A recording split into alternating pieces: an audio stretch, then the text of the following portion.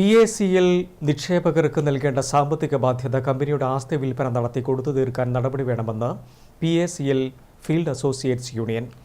രാജ്യത്തെ 6 കോടിയോളം നിക്ഷേപകരെ ബാധിക്കുന്ന വിഷയത്തിൽ കേന്ദ്ര സർക്കാർ അടിയന്തരമായി ഇടപെടണം. ഇക്കാര്യത്തിൽ സുപ്രീം കോടതി ഉത്തരവ് നടപ്പാക്കാൻ സെബി തയ്യാറാകണമെന്നും യൂണിയൻ ഭാരവാഹികൾ കണ്ണൂരിൽ ആവശ്യപ്പെട്ടു. 1996 കമ്പനി ആക്ട് പ്രകാരം രജിസ്റ്റർ ചെയ്ത PACL മികച്ച രീതിയിലാണ് പ്രവർത്തിച്ചു വന്നത്. അതിനിടയിൽ 2014 ആഗസ്റ്റ് 22 കമ്പനിയുടെ പ്രവർത്തനം സെബി നിർത്തിവെപ്പിക്കുകയായിരുന്നു. 18 വർഷത്തിനിടയിൽ രാജ്യത്തെ 5.5 കോടിയിലേറെ നിക്ഷേപകർ 50 ലക്ഷം വരെയുള്ള വിവിധ നിക്ഷേപ സ്കീമുകളിൽ കോടിക്കണക്കിന് രൂപയാണ് നിക്ഷേപം നടത്തിയത്. 2,80,000 കോടി വിലമതിക്കുന്ന ആസ്തി ഈ കമ്പനി ഉണ്ടാക്കുകയും ചെയ്തിരുന്നു. 54 ലക്ഷത്തോളം ഫീൽഡ് വർക്കർമാരാണ് രാജ്യത്ത് ഉള്ളത്. ഇവരാണ് പല സംസ്ഥാനങ്ങളിൽ നിന്നായി നിക്ഷേപകരെ ചേർത്തത്. ഈ ഏജന്റുമാരെല്ലാം ഇപ്പോൾ ആത്മഹത്യയുടെ വക്കീലാണെന്ന് PACL ഫീൽഡ് അസോസിയേറ്റ്സ് യൂണിയൻ ഭാരവാഹികൾ കണ്ണൂരിൽ പറഞ്ഞു.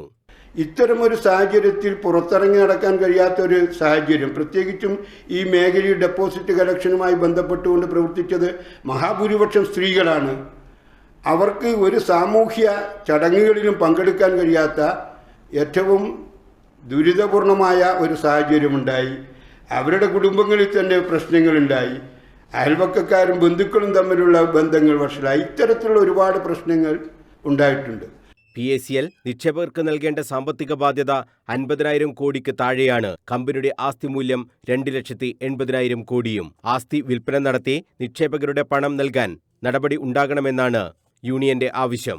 ഈ പ്രശ്നത്തിൽ കേന്ദ്ര സർക്കാർ അടിയന്തരമായി ഇടപെട്ട് പ്രശ്നം പരിഹരിക്കണമെന്നും യൂണിയൻ ആവശ്യപ്പെട്ടു.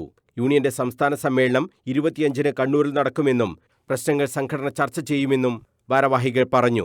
സുപ്രീം കോടതി വിധി നടപ്പാക്കി നിക്ഷേപകരുടെ പണം തിരിച്ചു നൽകുന്നതിനാവശ്യമായ ക്യാമ്പയിനുകൾക്കും മറ്റു പ്രക്ഷോഭ സമരങ്ങൾക്കും സമ്മേളനം രൂപം നൽകും.